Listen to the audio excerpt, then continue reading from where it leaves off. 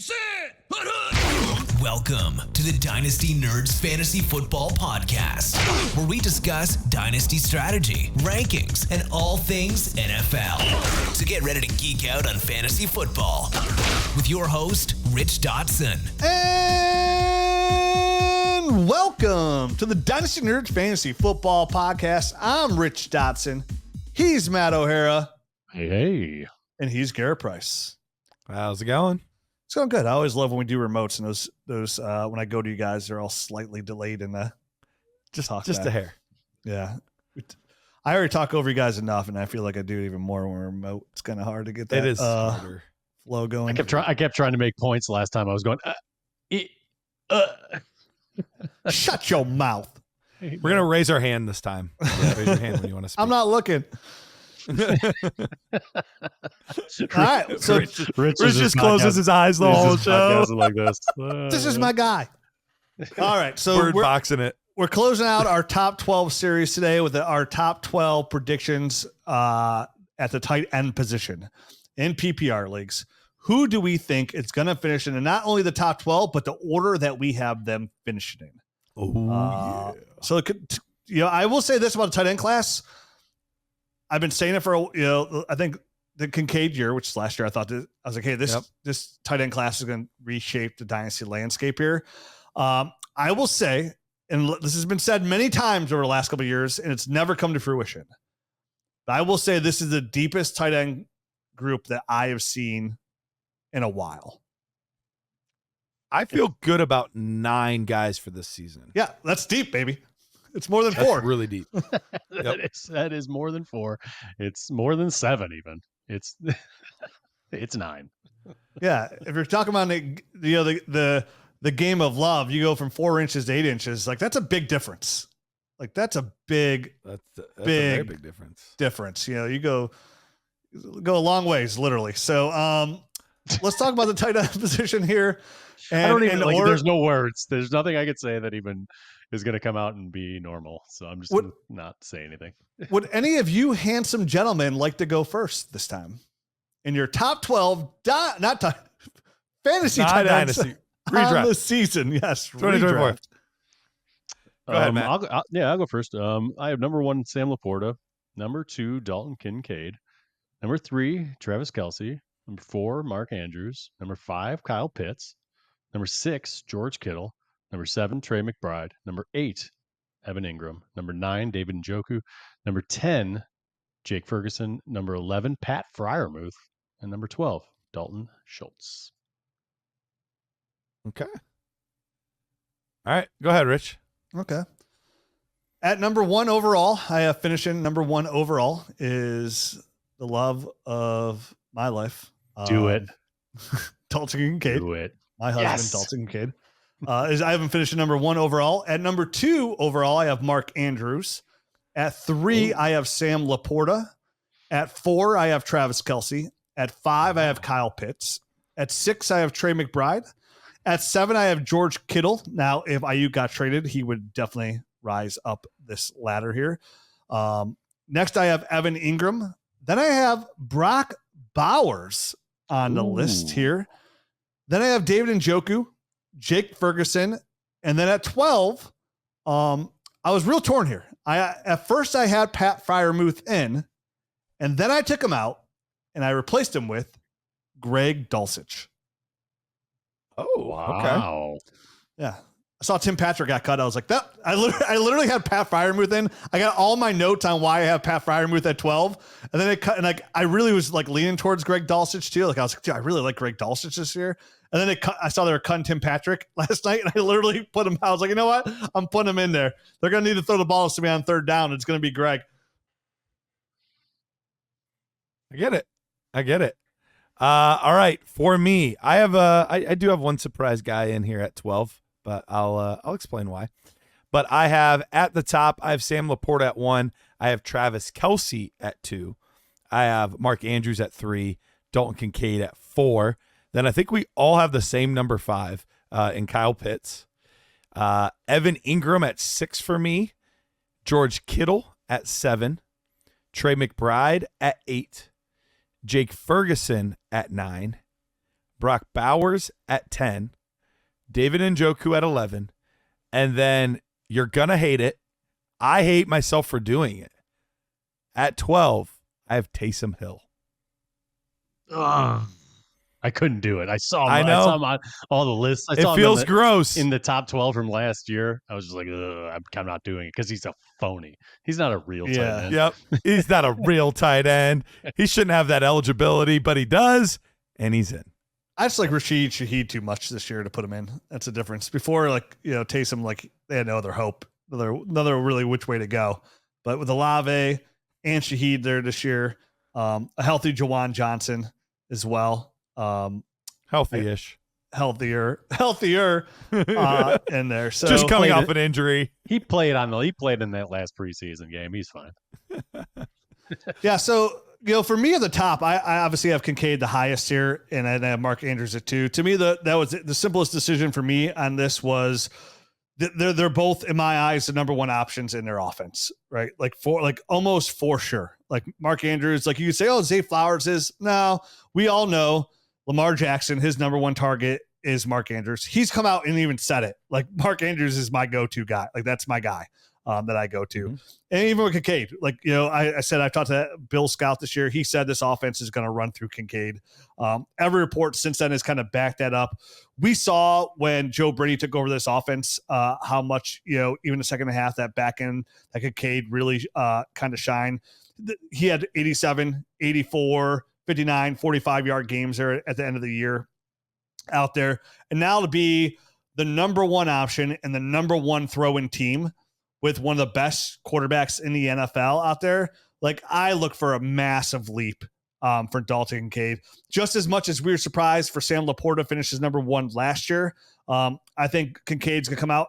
Will be a massive surprise? No, but I think people will be surprised that he finishes his tight end 1 overall.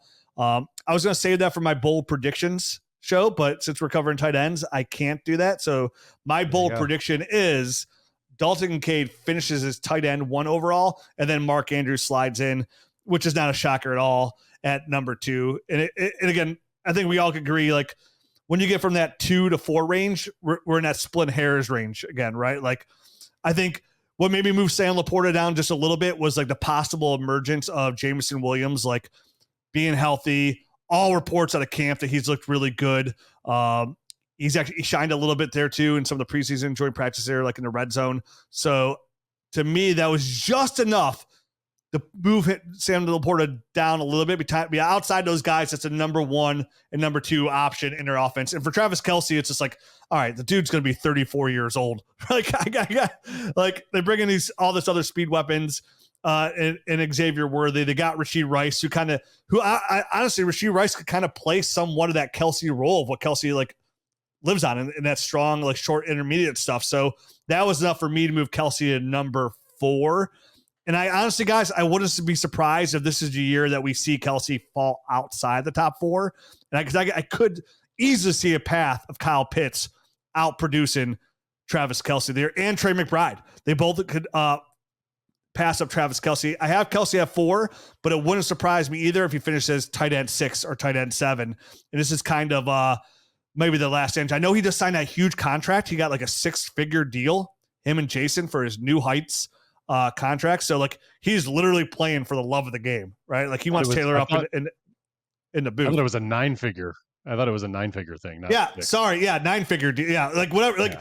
A massive deal he got for his podcast. 100 million plus deal type of thing. That's what I meant. Yeah, it's a 100 million thing from App or Amazon or somebody. I think Amazon paid him. I think it was Amazon. Podcast. Yep. Yeah, so money is his girlfriend's a billionaire. He's worth tens of millions of dollars, and now him and his brother, who do the show pretty much themselves, just kind of more money than Travis has pretty much made his entire career to talk with his brother. I feel like this might be the swan song. I know he said he wants to play till the wheels fall off, but sometimes you got to do what's best for your health and your pockets. And it might be. Sometimes you might want to at least be able to pop a wheelie with one wheel left or something. You know what I mean? Just don't drop them all off. No, I hear you. It's tough. I still had Travis Kelce at 2. We have the same top 4. We just kind of all mixed them up slightly different.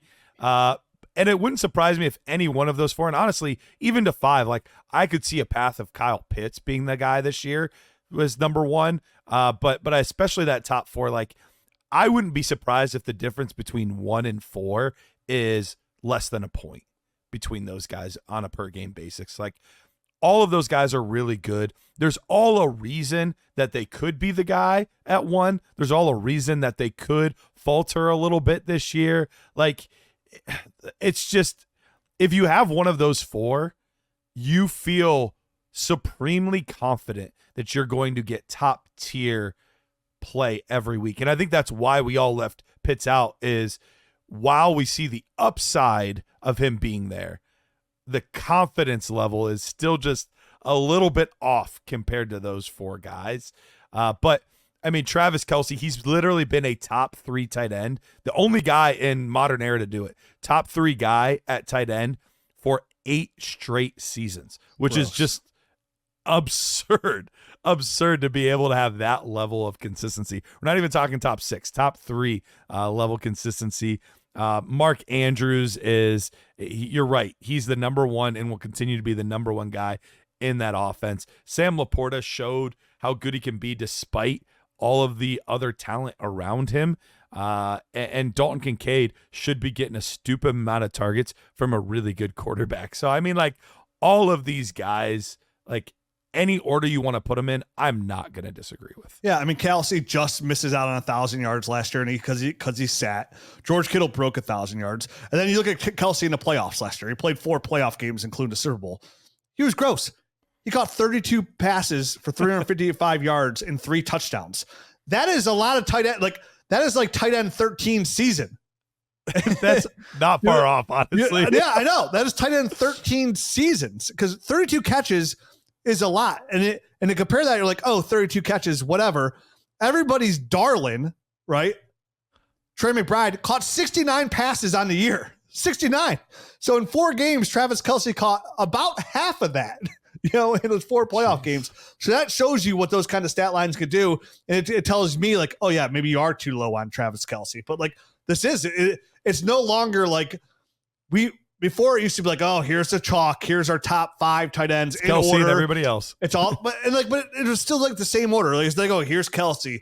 Here's Mark Andrews. Here's TJ Hawkins. Like the order is pretty written, but now it's like you can make an argument for all these guys finish as tight end 1. And like I said, if Ayuk leaves, there's an argument for George Kittle, who is one of the only tight ends to score like 1,000 yards last year. And we all have him down here in the middle. Yep. Yeah. So the only one, we all have him down here. We're like, George Kittle, coming off, not the best year with all those weapons, comes out. What did he finish last year overall? George Kittle finishes tight end 5 with 1,000 yards on the season. He was tight end 5 on the year. And we all got him a little bit lower there. So and that's why I said this is like the deepest I've seen the tight end group. And Evan Engram finished really high. Over the last 6 weeks of the season, David Njoku finished as the number 1 overall fantasy tight end.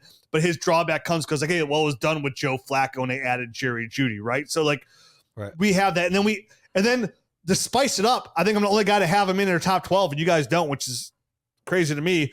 You throw in arguably the second best tight end that we've ever seen on film, if not the best. Brock Bowers going to a situation. Oh, you have him in. Going to a situation in Las Vegas where I can easily envision him surpassing Jacoby Myers as the number 2 option in that passing offense. And I would argue they have definitely upgraded their quarterback situation with the Gardner Minshew over Aiden O'Connell. So Brock Bowers is right in this category too. Kind of take that Sam Laporta, that jump forward. Hey, Dynasty Nerds, want to revolutionize your fantasy experience? Look no further than Sleeper, the cutting-edge platform now featuring our Dynasty GM tool. Get unparalleled Dynasty insights right where you play. But that's not all. Sleeper's new picks product is a game changer. It's incredibly simple. Choose 2 to 8 players and predict if they'll perform above or below their projected stats. No complex lineups, no salary caps. Make picks before or during live games for NFL, NBA, MLB, NHL, and more. Here's the kicker. You win win up to 100 times your cash with just a few correct picks. And it gets better. Use our promo code NERDS and Sleeper will match your first deposit 100% up to $100. That's free cash to play with, folks. Ready to dominate? Use the link on our podcast description or enter the promo code NERDS when you sign up. Double your deposit, access to Dynasty GM, and start winning big with Sleeper picks. So, Yes, sir. so the one thing I'll say about Brock Bowers and the reason I left him off, I am slightly concerned, and I don't know, maybe have you guys read or heard something that I haven't? I'm concerned about the foot and that they're already like managing this injury. Have you guys heard anything like, hey, no, that was just like a little thing that they were dealing with. Now everything's fine, or do I have like solid ground that I'm kind of standing on here to be worried about this foot injury that they're managing already? I haven't seen anything about like that. He's missing practice time and all that kind of stuff, and he had the tightrope surgery. I don't know if they're related in any sort of way, but if they already have like a little thing that they're managing with him, I just don't know if there's going to be, hey, we can only play him X amount of plays per game to start the year or something while they manage this dumb foot injury. Yeah, it sounds like he missed some time recently with it, but I think he's back. I think it was only Tuesday of last week's practice that he missed. I don't think he's missed since then. So I'm not overly worried about it. And they were even talking about recently like the different formations and how they're lining them up and like all kinds of different spots on the field and stuff. So overall, I'm not overly worried about it. I mean, you never want to hear a foot for a guy that has to run out there and catch passes. Like you never want to hear that, but I'm not overly worried. And it is a situation where it's just wide open and strength of schedule wise. And I get it. Tight end strength of schedule, like whatever. He has the second easiest schedule for tight end. So he's somebody that really has a path to score a lot of points in his rookie year. I know he does. It is literally just that injury that has me concerned, and that's it. It just is. Otherwise, for me, he would have been in my top 12. He probably would have bumped at least Dalton Schultz off the bottom of my list and would have been there. But there was just enough pause in my brain to kind of think, hey, maybe he'll miss a game. Maybe he just won't be as efficient at the beginning of the season. But he's a stud. He's a complete stud. And if anyone can, I guess, overcome some of that, it would be him, especially considering he, led his team in catches and receiving and touchdowns last season after missing time with that tightrope surgery. And not last season, Matt. Coming from Georgia, he led his team in receiving all 3 seasons, the last 3 seasons. I mean, this guy is essentially was there. Lad McConkey was there. Jermaine Burton was there. Like, yeah, he's a big receiver, and it's not just like he doesn't just dominate like catching the football. He's not one of those guys that gets the football and that's it. Like he catches the football well. When he gets the ball in his hands, he runs over and through linebackers and defensive backs. I mean, this is somebody when you look at his like yards after the catch just last year, 486 yards after the catch last year. Like it's just. He's such a dominant force on the field. And it's one of those guys where like we saw in tight end premium leagues, how high he went in such a strong class and like how people wanted that share because he has that opportunity to surpass these guys. And like, listen, like we love Sam Laporta. We love Dalton Kincaid, like 2 rookies come out. This guy's tape is so far and above their tape. And we love those guys. And like, we're like going off of what Sam Laporta did last year. And again, a guy who we like to tape, but like off of that 1 year, Brock Bowers is a much better prospect than Sam Laporta was. And listen, most of the time college tight ends, they're not going to be used the same way as they are in the NFL. So a lot of times you're projecting, does this player, do his traits translate to the NFL for production? So it's a little bit harder of an eval. But for Brock Bowers, his stuff, the stuff that he did in college does translate. It was very easy. You could see the explosive stuff. You could see the run after catch stuff. So there's no doubt in my mind about whether or not he's going to be good. It's just whether or not he's going to be able to finish as a top 12 guy. There isn't a great history of number 1 picks at the tight end position actually coming out and being a tight end in their first, or tight end 1 in their first year. And if you go back the past 10 seasons of just the guys that were drafted in the first round. It was OJ Howard. He finished 19th. Evan Engram finished 4th. David Njoku, 33rd. Hayden Hurst, 65th. TJ Hawkinson, 32nd. Noah Fant, 29th. Kyle Pitts, 12th. And Dalton Kincaid, 13th. So there was only 2 out of that whole list of guys that actually finished in the top 12 in their rookie season that were first-round draft picks. So at the tight end position. Yeah, so and I think Brock Bowers... History would say it's going to be tough. Brock Bowers is definitely, I think, the most talented out of any of those guys. So yeah, and that's the thing. I think he's an outlier, Matt. And I think it's not just an outlier for what we've seen on tape. I think it's an outlier for what the team itself has told us as well, right? This is a team that had just the previous year before invested a pretty decent second-round pick and arguably the class's number 1 tight end, Michael Mayer. And this team has a lot of needs, as we know, for the Raiders. They could have gone a lot of different ways to help this football team. Even after having an old Devontae Adams, they could have got a really good receiver at 11 for like a guy like Brock Bowers. A really good receiver still with how deep this class was. And they took Brock Bowers still. The GM, Tom Telesco, said, I look at Brock Bowers as a hybrid receiver. Didn't even call him a tight end. Called him a hybrid receiver. Antonio Pierce said he was probably the best tight end prospect he's just about ever seen in college football altogether. This is a weapon they thought they could not pass up on, and they're going to manufacture touches for him, and they're going to make sure to get the ball in his hands. And what a weapon he's going to be. And right now it's probably because, this happens a lot where people are just like, they're unsure about like the whole situation, the yuckiness, like, oh, the Raiders aren't a good team. The quarterback's Gardner Minshew, but talent a lot of times can supersede some of that stuff. And Brock Bowers has just that.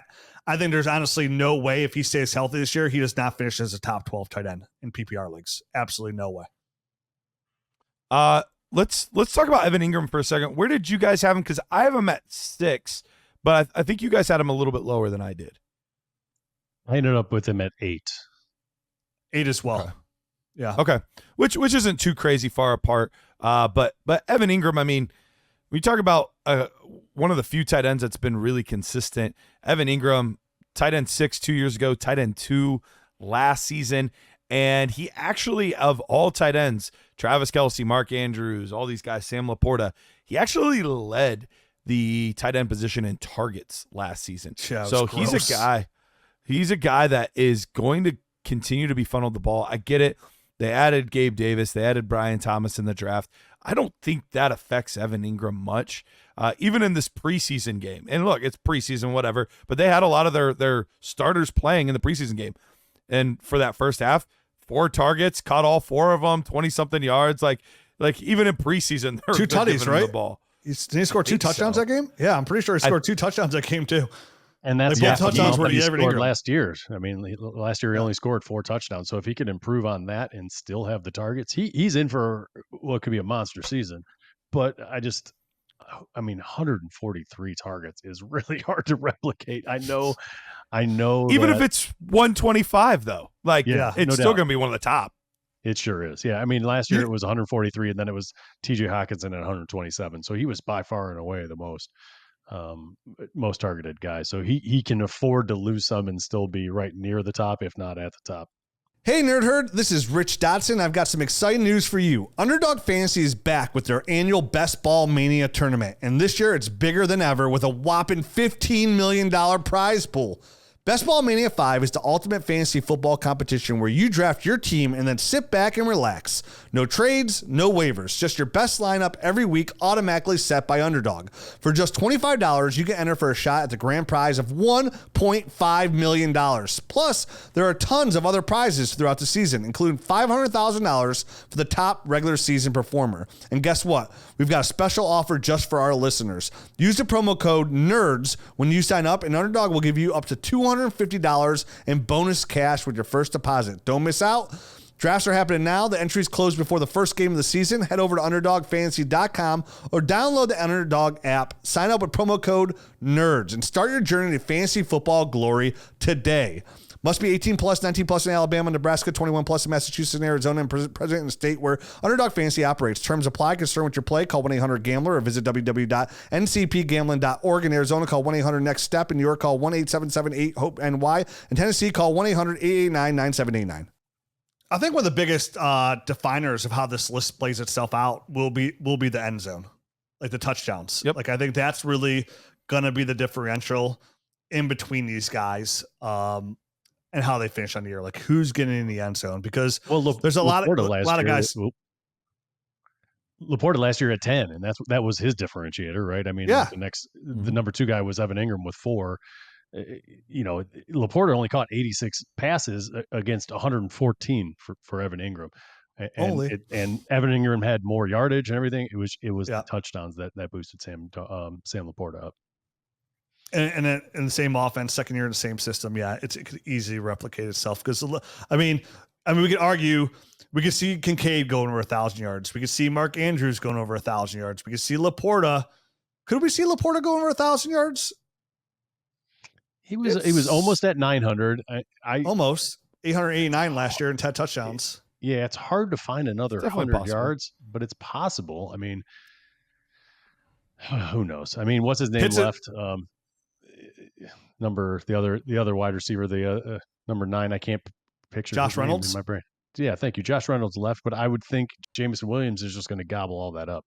Yeah. So I don't know that there's going to be a ton extra for Sam Laporta, but he had 120 targets, only caught 86, so maybe just be a little bit more efficient. And you can get over 1,000 yards with the same amount of targets.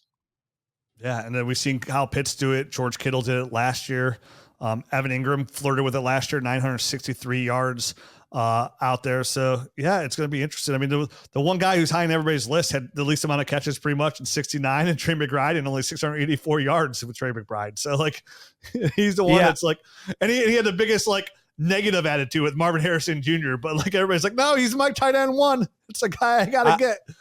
I have him I feel like it's very low for consensus. Like I have him at tight end 8. So I put Evan Engram ahead of him. I put George Kittle ahead of him. And so like, I feel a little bit on an island here, but that's kind of what I'm worried about. Like if he's not the top guy, if he's the number 2 guy, is there that ridiculous amount of targets for him to have? And that's what I'm not sure, because over the second half of the season, I mean, he was targeted a ton. I mean, 14, 5, 9, 7, 9, 9, 11, 8, 7, 6, like lots of targets for him that second half of the season.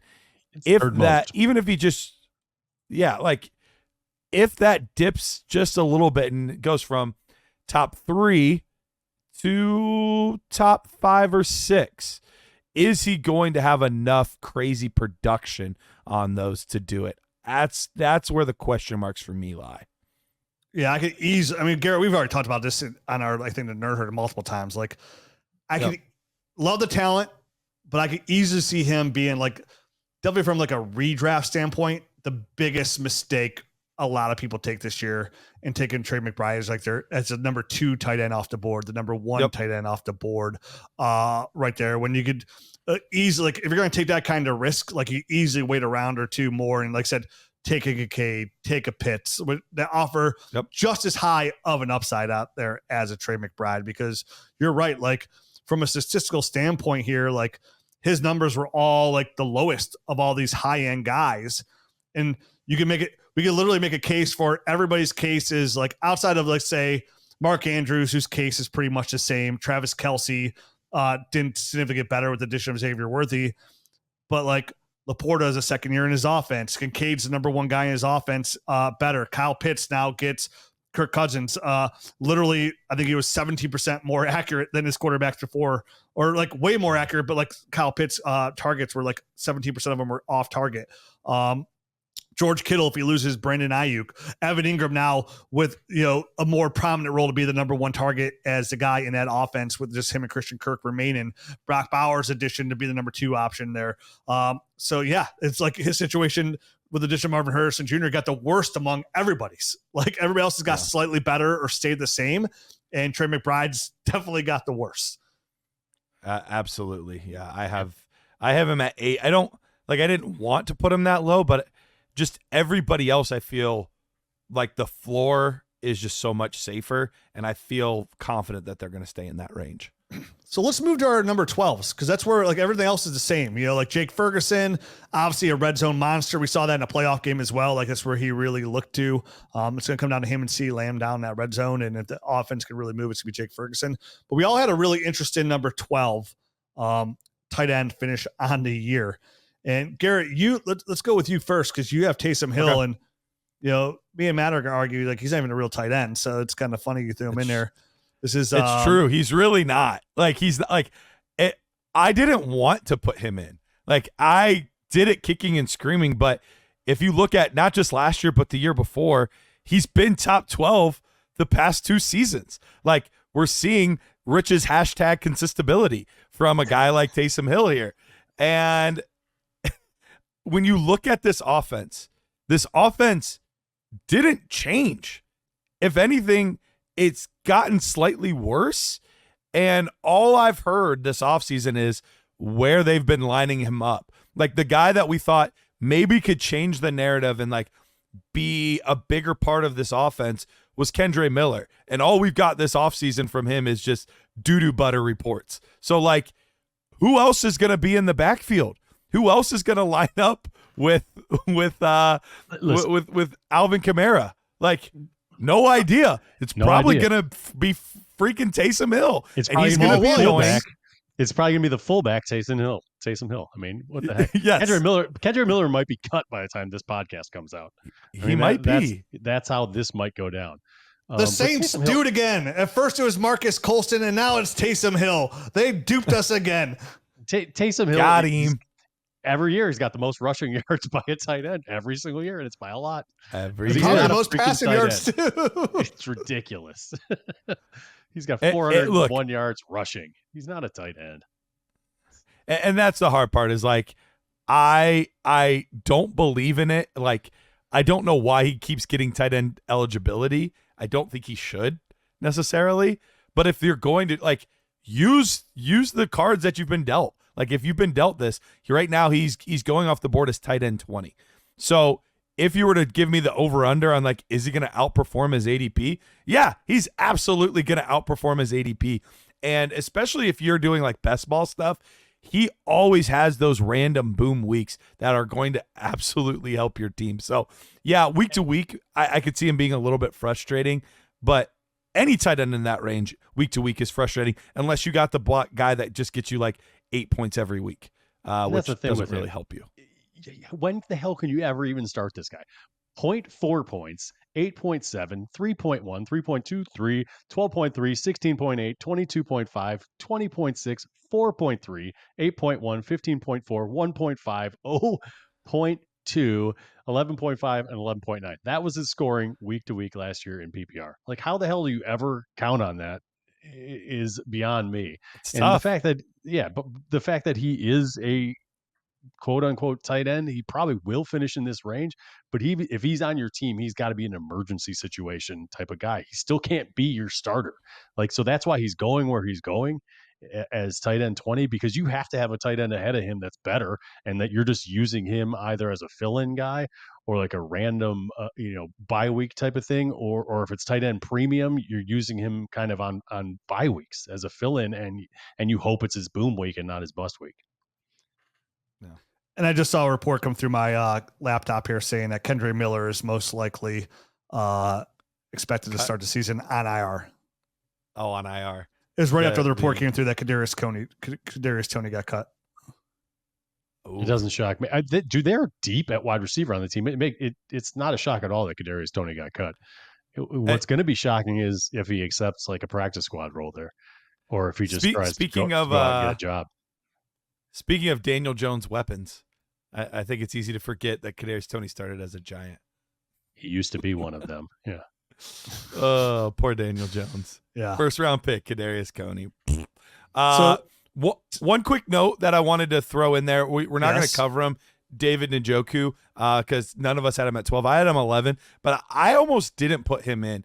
When you look at the splits, have you seen the splits between Joe Flacco and Deshaun Watson, the difference? It's It's pretty crazy. So on a points per game basis, when he had Joe Flacco there, over 18 points a game. It was like 18.4 points per game. With Deshaun Watson as starting quarterback last year, 7.2. It's so because Deshaun Watson's a bad quarterback. I mean, that's yeah, what those numbers tell me. I have it up. I have him up at 3 or up at 11, but I don't feel good about it. Like, it's just I couldn't find anybody else to put in there. I put him at 9, and I didn't feel great about that for the same reason. And I didn't know the splits.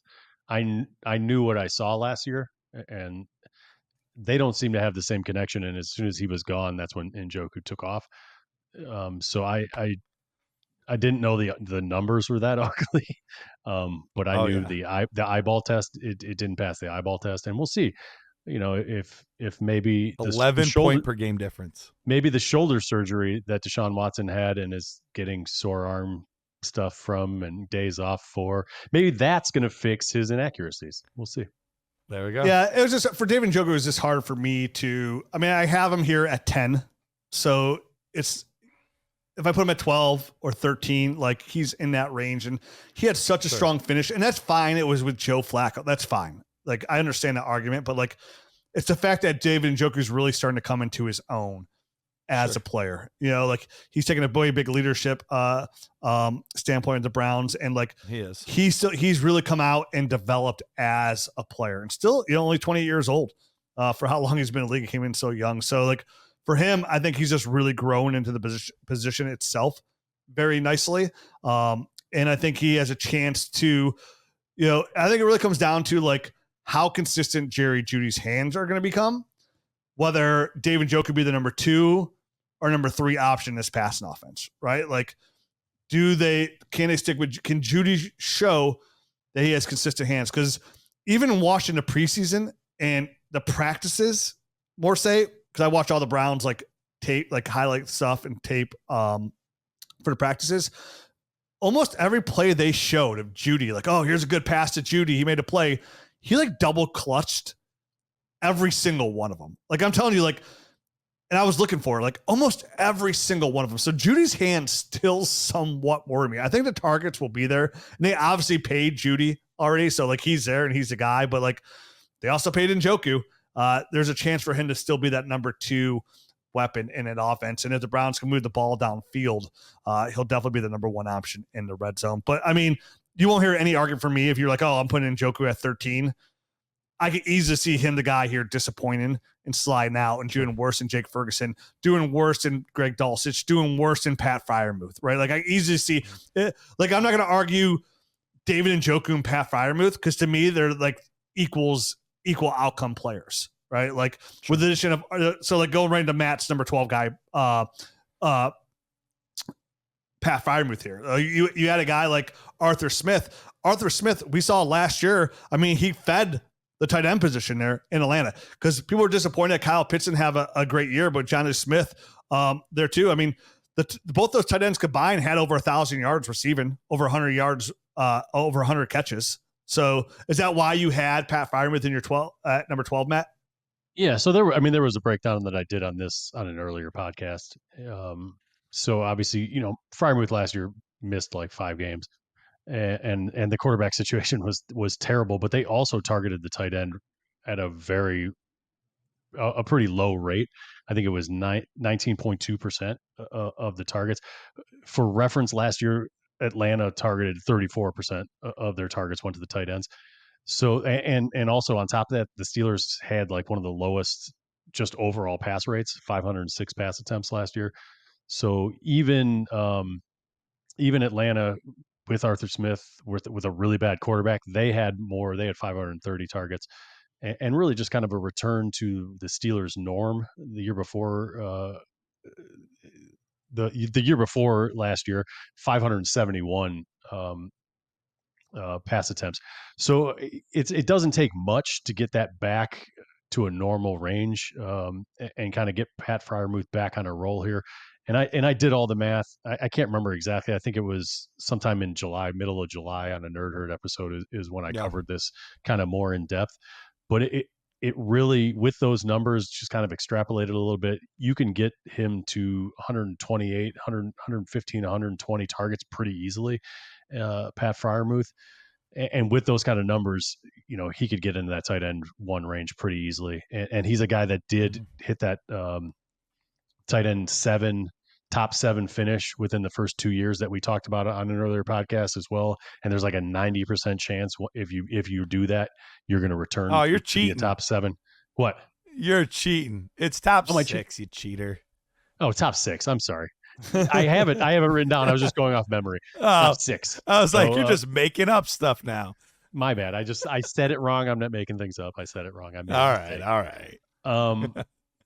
So that's why I got him in my top 12. I don't know if this is the year that he returns to a top 6 finish, but I feel pretty confident that he can turn in a top 12 season here this year. And and without the Brandon Ayuk information, he's basically the number 2 guy there. It's George Pickens and then him. Yeah. So I really do think, without a Brandon Ayuk trade, which is what we're dealing with right now, he hasn't been traded there. We don't know what's going to happen. I'm going to go with Pat Freiermuth. He might drop down a little bit for me if there is an Ayuk trade there, but for now, that's kind of what I'm dealing with. And that's why I had him in as my 12 originally before I put Dulcich in. Matt, I was like, the addition of Arthur Smith, I had in the notes of like, I went back and looked last year in Atlanta, like how many targets the tight end saw between Pitts and Smith together. And it was like, oh, wow, 103 targets. That's really good. And well, wow, they had 1,249 yards and 6 touchdowns. Like those are great numbers. And there's no, Darnell Washington ain't going out there and running a whole bunch of routes out there for the Pittsburgh Steelers. And then you mentioned that they go out and they have, without the addition of the Ayuk trade, he's the bona fide number 2 receiver in that offense.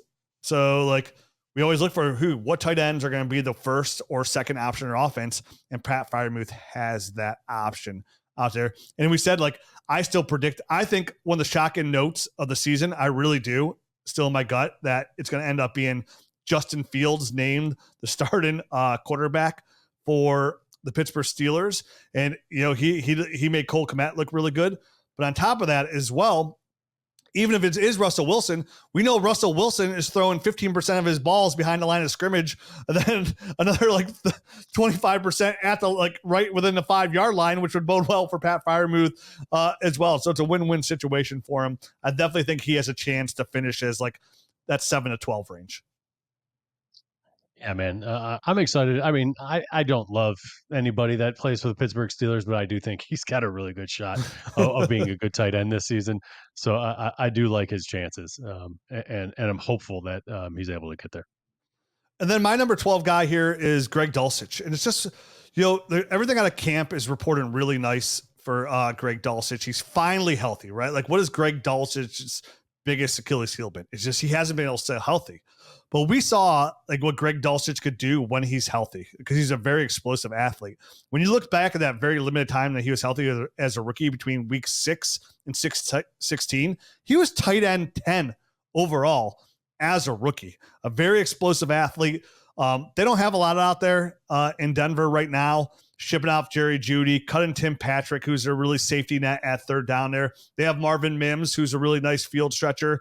Cortland Sutton is a solid X receiver, but nothing like that you love out there. And we know the safety net for the rookie tight end quarterbacks is usually the tight end. So Greg Dulcich comes in with Sean Payton in this offense, and he's going to come in and kind of potentially be that number 2 option for a guy who was on pace as a rookie to come out and score like that really good tight end margin range of like 700, 800 yards out there. So for me, I think Greg Dulcich has a chance.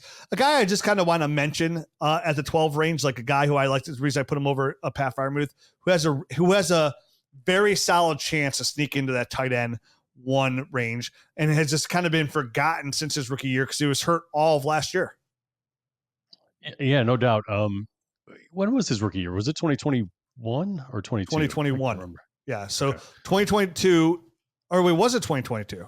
Yeah, it was 2022 was his rookie year, because this is his 3rd year, which is usually the year we see the tight ends take a big step forward. So 2022 was his rookie year. 2023 last year, he was just banged up. I think he had the hamstring all last year. So he's only played in 12 games so far in his first 2 seasons. That's all he's played in total, a total of 12 games. And 10 of those games was his rookie year. So he barely got in 2 games last year. And this is a team right now, like desperate for weapons. The Denver Broncos are desperate for weapons.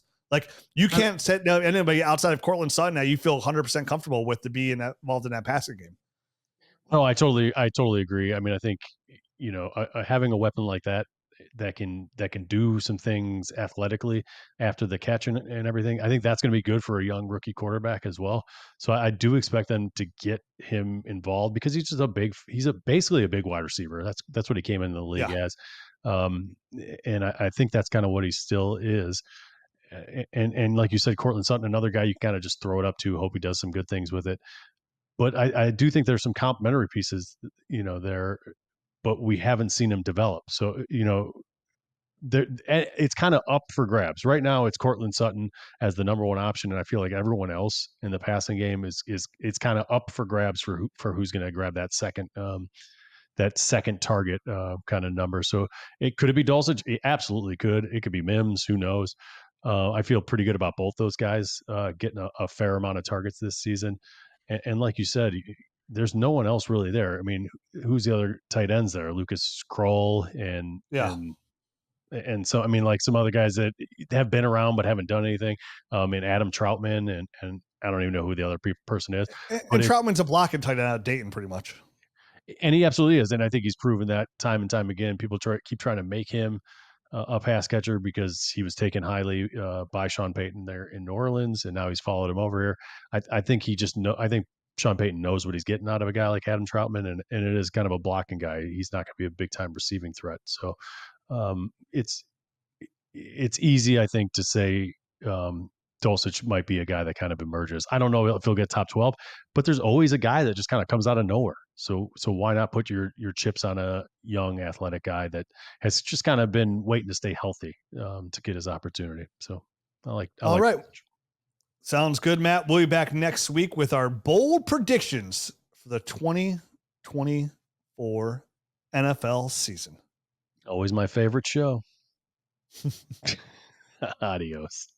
Hey, Dynasty Nerds, it's time to take your Dynasty game to the next level with FFPC's Dynasty Startup Leagues. Whether you're a seasoned pro or just getting started, FFPC has a league for you, with entry fees ranging from $100 up to $5,000. Choose from a variety of formats, including Superflex, Best Ball Superflex, Triflex, 1QB, and Standard. With weekly lineups, waivers, trades, head-to-head matchups, and playoffs, FFPC's fully managed leagues provide the ultimate dynasty experience. Most importantly, the leagues are here to stay.